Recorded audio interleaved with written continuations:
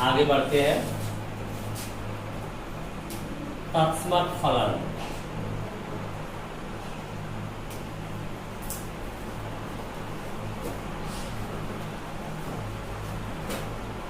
Identity function.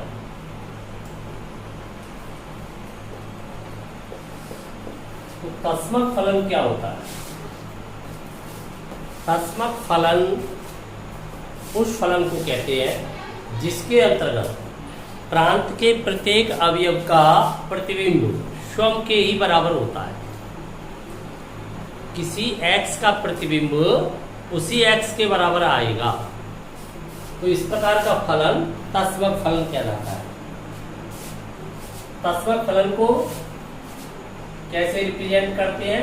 f(x) = x for all x belongs to real number. यदि f वास्तविक संख्याओं से वास्तविक संख्याओं पर परिभाषित है, एक वास्तविक फलन है, तब प्रांत के सभी बिंदु स्वयं के बराबर ही मान देते हैं, अर्थात यह कहा जा सकता है कि प्रतिबिंब स्वयं के बराबर प्राप्त होता है। तत्समक फलन की परिसर क्या होनी चाहिए? प्रांत के बराबर होनी चाहिए, क्योंकि प्रत्येक बिंदु जब स्वयं के बराबर प्रतिबिंब दे रहा है तो परिसर और प्रांत क्या हो जाना चाहिए? समान हो जाना चाहिए। तो तत्समक फलन का प्रांत और परिसर समान प्राप्त होते हैं। अब तत्समक फलन के आरेख पर विचार करते हैं। तो आरेख कैसे प्राप्त होना चाहिए इसका? तत्समक फलन के अंतर्गत अगर 0 लगाया जाएगा तो 0 ही देगा, 1 लगाएंगे तो 1 पे 1 ही आएगा, 2 पे 2 ही आएगा। इसी प्रकार से इधर -1 लगाएंगे तो -1 पे भी क्या आ जाएगा? -1, -2 पे -2। तो इसका जो आरेख है वो किस प्रकार से जाएगा? इस प्रकार से जाएगा। अर्थात दोनों अक्षों से समान दूरी पर रहने वाली रेखा जो मूल बिंदु से गुजरती है, इसका आरेख कैसा होगा? दोनों अक्षों से समान दूरी पर रहने वाली रेखा जो मूल बिंदु से गुजरेगी। तो ये आरेख इसका प्राप्त हो जाएगा। फलन तत्समक फलन को आइडेंटिटी फंक्शन है, इसलिए आई से भी रिप्रेजेंट कर देते हैं। आई ऑफ x इक्वल क्या आ जाएगा? x। I means identity function, तत्समक फलन। तो ये होता है तत्समक फलन। तत्समक फलन के बाद अगले फलन पर विचार करते हैं। तो तत्समक फलन के बाद हम बात करते हैं महत्तम पूर्णांक फलन की। महत्तम पूर्णांक फलन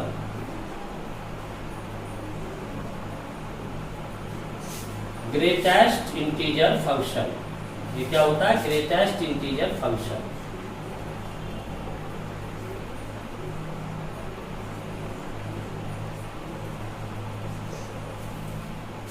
ध्यान से समझिए, यहां पर महत्तम पूर्णांक फलन वह फलन है जिसके अंतर्गत प्रांत के किसी बिंदु का प्रतिबिंब निकटतम छोटे पूर्णांक के बराबर होता है। उस बिंदु के निकटतम में छोटा पूर्णांक कौन सा है, उसी के बराबर मान आएगा फलन का। और मान ही क्या होता है? प्रतिबिंब होता है किसी बिंदु का। अगर वो बिंदु स्वयं पूर्णांक है तब पूर्णांक ही आएगा, स्वयं के बराबर ही आएगा। अगर वो पूर्णांक नहीं है तो निकटतम छोटे पूर्णांक के बराबर मान लेंगे। इसको व्यक्त कैसे करते हैं?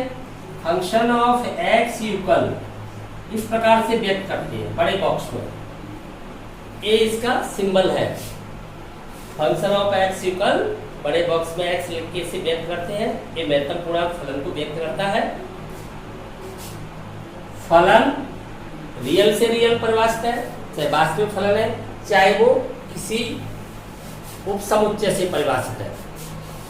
अब यहाँ पर इसकी वैल्यू फाइंड करके देखते हैं। जैसे फलन में हमने 1.2 लगाया तो इसकी वैल्यू क्या आनी चाहिए? 1.2 पर फलन की वैल्यू क्या होनी चाहिए? तो संख्या रेखा पर चलते हैं। वास्तविक संख्या रेखा पर 0, इधर सभी पॉजिटिव नंबर होंगे, 1, 2, 3 और ऐसे चलते जाएंगे। इधर भी -1, -2, -3 और तब हमें 1.2 का मिल रहा है। 1.2 1 और 2 के मध्य में स्थित है, तो 1.2 यहाँ पर है। अब इसकी वैल्यू जो होती है वो निकटतम छोटे पूर्णांक के बराबर होती है। कहने को तो ये महत्तम पूर्णांक फलन है, ग्रेटेस्ट इंटीजर फंक्शन है, परंतु इसकी जो वैल्यू आती है किसी भी प्रांत के बिंदु पर, वो निकटतम छोटे पूर्णांक के बराबर आती है। तो 1.2 के निकटतम में दो पूर्णांक है, 1 और 2, पर निकटतम के साथ यह भी देखना है कि छोटा कौन सा है उनमें। तो छोटा पूर्णांक हमेशा लेफ्ट में मिलेगा, राइट में तो हमेशा बड़ा मिलेगा। छोटे पूर्णांक के लिए हमें लेफ्ट में आना पड़ेगा। तो 1.2 के लेफ्ट में आएंगे तो कौन मिल रहा है, 1। तो इसकी वैल्यू फिर क्या आ जानी चाहिए, अगर महत्तम पूर्णांक फलन में यहाँ पर 1.2 लगाएंगे तो इसकी वैल्यू आ जानी चाहिए 1। ठीक इसी प्रकार से वैल्यू निकालते हैं 1.9 पे, 1.9 पे, तब भी क्या आ जानी चाहिए 1। तो अब समझ गए कि 1 पॉइंट कुछ भी अगर है तो वैल्यू 1 ही आएगी। अगर इसकी वैल्यू हमने 1 पे फाइंड की तो क्या आनी चाहिए 1, पूर्णांक पर पूर्णांक के बराबर ही देगा। नेगेटिव नंबर पे देखते हैं, जैसे नेगेटिव नंबर लिया 3.7, तो इसकी वैल्यू फाइंड करेंगे तो 3.7 है, तो यहां पर आ जाएगा ये -4 और -3 के मध्य में स्थित होगा। 3.7 मान लीजिए करीब यहाँ पर है। अब 3.7 पर इसकी वैल्यू जब देखेंगे तो निकटतम छोटे पूर्णांक को लेगा, और छोटा तो हमेशा लेफ्ट में ही होगा। लेफ्ट में ही होगा तो -3 और -4 दो पूर्णांक है इसके निकटतम में, उनमें छोटा है -4, इसलिए क्या आएगा यहाँ पर -4। तो हम समझ गए कि महत्तम पूर्णांक फलन का मान निकटतम छोटे पूर्णांक बिंदु के बराबर प्राप्त होता है। ये महत्तम पूर्णांक फलन है। अब इसके आरेख पर विचार करेंगे।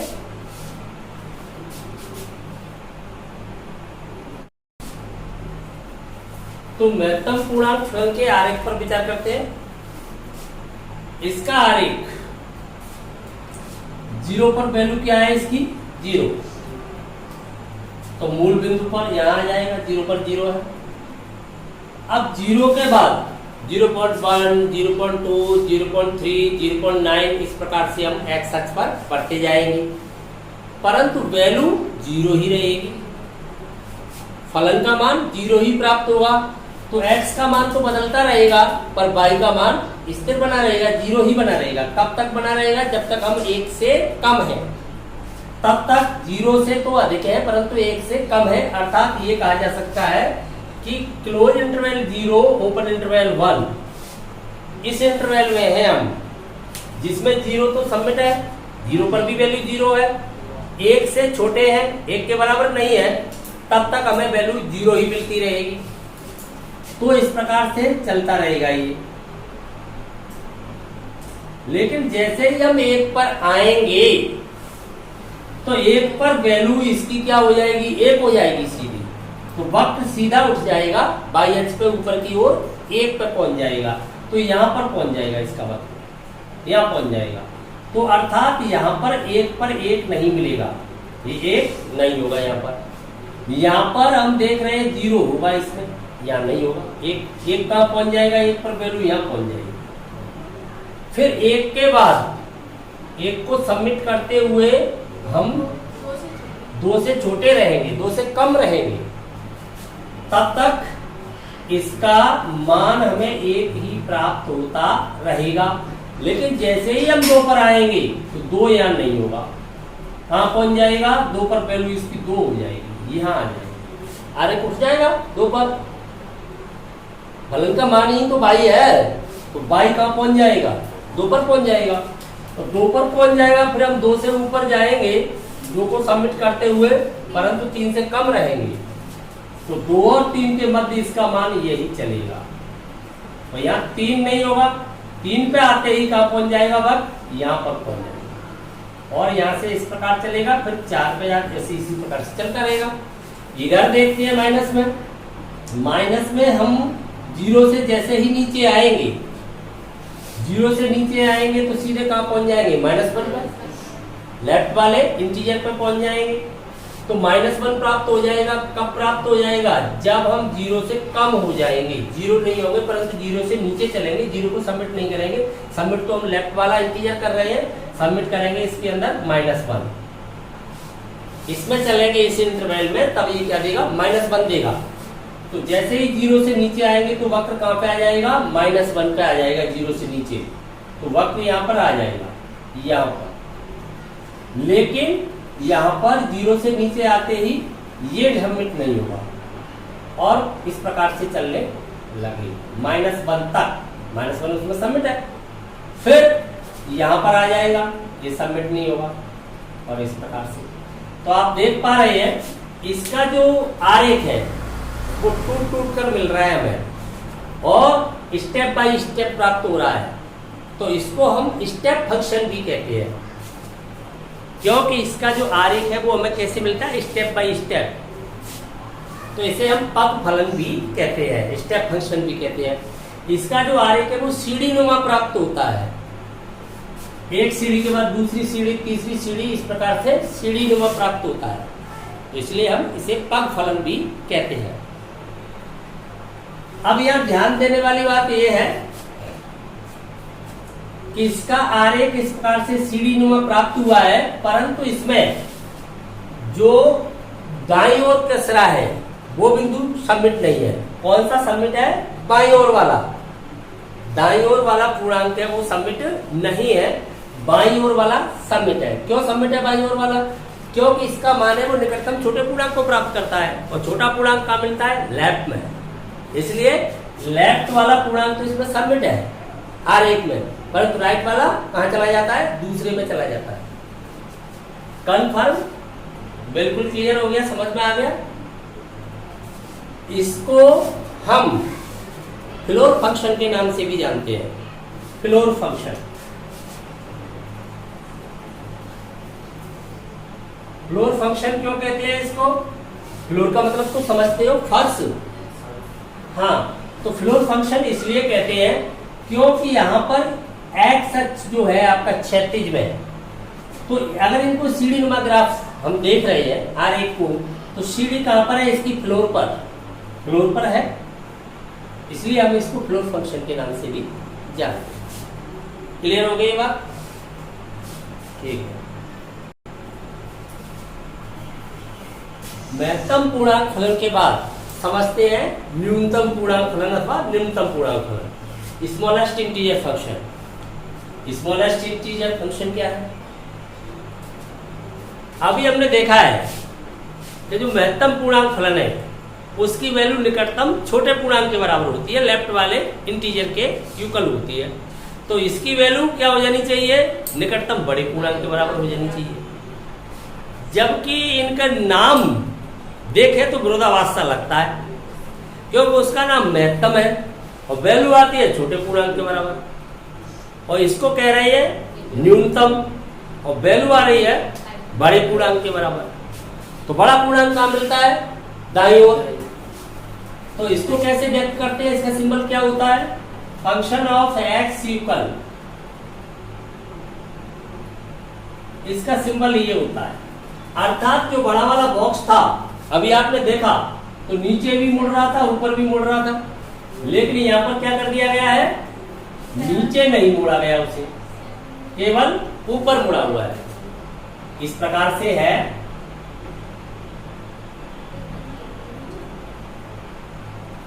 और इसमें लिखा हुआ है, ये सिंबल है इसका, समझ में आ गया। तो ये क्या कहलाता है, निम्नतम पूर्णांक फलन, स्मॉलेस्ट इंटीजर फंक्शन। इसकी वैल्यू निकाल के देखते हैं। जैसे इसकी वैल्यू हमने 1.2 पर देखी, 1.2, तो क्या आनी चाहिए इसकी वैल्यू, निकटतम बड़े पूर्णांक के बराबर। बड़ा पूर्णांक कहाँ मिलेगा हमें, राइट में मिलेगा, यहाँ पर 1, यहाँ पर 2, तो यहाँ आ जाएगा अपना 1.2। तो फिर राइट वाले इंटीजर के इक्वल होगी, तो क्या हो जाएगी इसकी वैल्यू 2।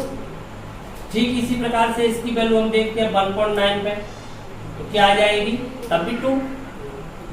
क्योंकि निकटतम तो दो पूर्णांक है, कोई भी रियल नंबर है तो वो किन्हीं दो इंटीजर्स के बीच में ही होगी। अगर वो खुद इंटीजर है तो इंटीजर के इक्वल ही होती है, जैसे उसकी वैल्यू इंटीजर पर इंटीजर ही होती है, उसी पूर्णांक के इक्वल होती है, तो इसकी वैल्यू भी पूर्णांक के इक्वल होती है। परंतु वो इंटीजर नहीं है, कोई फ्रैक्शनल नंबर है, तब अगर वो महत्तम पूर्णांक फलन है तब तो छोटे वाले पूर्णांक के बराबर हो जाएगी वैल्यू, अगर वो न्यूनतम पूर्णांक फलन है तो बड़े वाले पूर्णांक के बराबर हो जाती है। तो इसकी वैल्यू 2 हो गई। अब बताइए आप, अगर मैं नेगेटिव ले लूं तो माइनस का मैंने ले लिया 2.4। अब आपसे पूछा जाए बताइए इसकी वैल्यू क्या आएगी, बताइए इसकी वैल्यू क्या है, -2 हो जाएगी ना। बड़ा पूर्णांक तो -2 है, -3 तो छोटा है। तो ये समझ में आ गया, ठीक है। अगर ये समझ में आ गया है तो अब इसके आरेख पर विचार कर लेते हैं।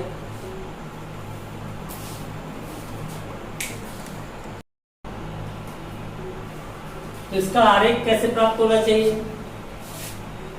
0 पर इसकी वैल्यू 0 ही आएगी, तो एक बिंदु तो यहाँ पर आ जाएगा इसका, 0 पर वैल्यू 0 है। लेकिन हम 0 से जैसे ही ऊपर जाएंगे, अगर हम 0 पर तो वैल्यू 0 आ गई है, पर 0 से जैसे ही ऊपर बढ़ेंगे तो इसकी वैल्यू क्या आ जाएगी, 1 आ जाएगी सीधी। इसकी वैल्यू क्या आ जाएगी, सीधी 1 आ जाएगी।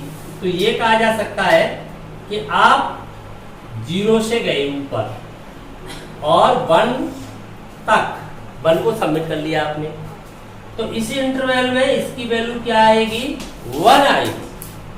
0 पर तो 0 आएगी, पर 0 से ऊपर आप 1 तक जाओगे, 1 को भी सबमिट कर लोगे, तब भी इसकी वैल्यू 1 ही रहेगी। उसके बाद आप 1 से ऊपर चलोगे, 2 को भी सबमिट कर लोगे, तब इसकी वैल्यू 2 रहेगी। ऐसे चलेगा ही। तो यहाँ मैं देख रहा हूं कि अभी लेफ्ट वाला जो पॉइंट था उसे सबमिट करके चल रहे थे इंटरवल में। अब हम कौन से पॉइंट को सबमिट करके चल रहे हैं, राइट वाले को। राइट वाला सबमिट हो रहा है, लेफ्ट वाला सबमिट नहीं हो रहा है। तो अब तो इसका जो ग्राफ है, यहाँ एक पॉइंट देने के बाद यहाँ पहुंच जाएगा सीधा 1 पे, तो 1 पे यहाँ से चलने लगेगा ऐसे, परंतु 0 नहीं होगा उसमें, ये क्या रहेगा, इसका खाली रहेगा। समझ में आई बात, 0 का चला गया यहाँ, तो 0 यहाँ नहीं होगा, क्योंकि बाई अक्ष पर बिंदु नहीं होगा। बाई अक्ष पर x क्या होता है, 0 होता है। बाई अक्ष पर x क्या होता है, 0 होता है। तो यहाँ 0 पर तो इसकी वैल्यू 0 ही है, तो इसलिए यहाँ पर ये बिंदु नहीं होगा। और इससे जैसे ही स्टार्ट होगा तो सीधी वैल्यू 1 ले लेगा आगे, और आगे तक चलेगा और 1 तक आएगा, 1 भी इसी में सबमिट रहेगा। लेकिन जैसे ही हम 1 से आगे जाएंगे तो फिर 2 पे पहुंच जाएगा सीधा। 2 पे जाकर के हमने देखा तो 1 यहाँ सबमिट है, परंतु 1 यहाँ सबमिट नहीं होगा। 1 कहाँ सबमिट है, यहाँ इसमें सबमिट नहीं होगा, बल्कि सामने हम इसे खाली दिखाएंगे। और इस प्रकार से चलता हुआ 2 तक जाएगा, फिर 2 यहाँ सबमिट नहीं होगा, 3 पे पहुंच जाएगा। तो आप समझ गए कि इसका जो आरेख है ऐसे। हाँ, तो देखिए यहाँ माइनस में जैसे ही हम जाएंगे तो इसकी वैल्यू निकटतम बड़े पूर्णांक के बराबर आ रही है, तो -1 से पहले तक रहेंगे तो ये 0 ही देगा, बड़े पूर्णांक को देगा, राइट वाले को देगा तो 0 ही देगा। माइनस में जाके देखते हैं, जैसे -1 पे नहीं पहुंचे और यहाँ 0 सबमिट है तो ये 0 देता रहेगा। यही तो मतलब हुआ इस बात का कि ये क्या देता रहेगा, 0 ही देता रहेगा। देखें यहाँ पर कहाँ आ जाएगा इसका वक्त, फिर यही रहेगा। तो इस प्रकार से आता रहेगा और ये 0 ही देता रहेगा। लेकिन जैसे ही -1 पर जाएंगे तो इसकी वैल्यू कहाँ चली जाएगी, -1 पर। कहाँ आ जाएगा, ये यहाँ आ जाएगा सीधा। अब बताइए 0 तो यहाँ सबमिट है, ये यहाँ सबमिट नहीं होगा, -1 कहाँ सबमिट हो जाएगा, यहाँ। और फिर यहाँ पर ये सबमिट नहीं होगा, -2 कहाँ सबमिट हो जाएगा, यहाँ। वो तो ठीक ऐसे ही चलता रहेगा। तो इसका आरेख भी हमें सीढ़ीनुमा प्राप्त हो रहा है। सीढ़ीनुमा इसका आरेख भी होता है, तो बक फलन तो ये भी है, स्टेप फंक्शन तो ये भी है। पर अंतर क्या है उसमें और इसमें? अंतर ये है कि इसके आरेख में लेफ्ट वाले बिंदु सबमिट नहीं है, राइट वाले हैं, जबकि उसमें राइट में सबमिट नहीं था, लेफ्ट वाला इंटीजर सबमिट था। दूसरी बात देखें, वो क्या अंतर है? दूसरा अंतर है, दूसरा अंतर ये है कि इसकी पहली सीढ़ी कहां पर थी? फ्लोर पर। इधर पड़े प्लस में गए थे तो फ्लोर पर, जबकि इसकी कहां है?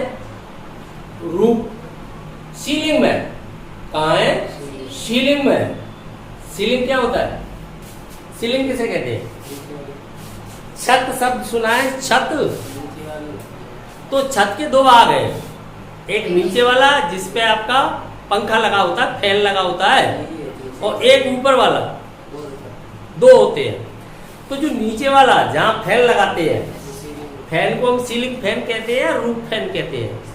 सीलिंग फैन क्यों कहते हैं? क्योंकि वो नीचे वाले हिस्से पे लगता है, छत के नीचे वाली हिस्से पे लगता है, तो नीचे वाला हिस्सा कहलाता है सीलिंग और ऊपर वाला कहलाता है रूफ। तो ये कैसा कहलाएगा? सीलिंग। आप देख भी रहे हो पंखे की तरह है, इसको पंखा माने तो पंखा लगता है, तो इसको हम सीलिंग फंक्शन भी कहते हैं। कैसा फंक्शन कहते हैं? Ceiling function. ये सीलिंग फंक्शन भी कहलाता है, सीलिंग फंक्शन भी कह देते हैं। समझ में आ गया? दोनों ही समझ में आ गए, महत्तम पूर्णांक फलन और निम्नतम पूर्णांक फलन क्या होते हैं। दोनों की वैल्यू पूर्णांक के बराबर ही आती है, इनकी वैल्यू कभी भी पॉइंटों में नहीं आएगी, फ्रैक्शनल वैल्यू कोई नहीं आएगी, डेसिमल में नहीं आएगी। वैल्यू कैसी आती है? इंटीजर में। अंतर केवल इतना है कि पूर्णांक पर तो दोनों का पूर्णांक आता है, परंतु पूर्णांक नहीं है तो जो महत्तम पूर्णांक फलन है वो तो निकटतम छोटे पूर्णांक को ग्रहण करता है और ये निकटतम बड़े पूर्णांक को। और कोई भी डेसिमल नंबर है, फ्रैक्शनल नंबर है, वो कहां पर होता है? टू इंटीजर्स के बीच में ही रहता है। क्लियर?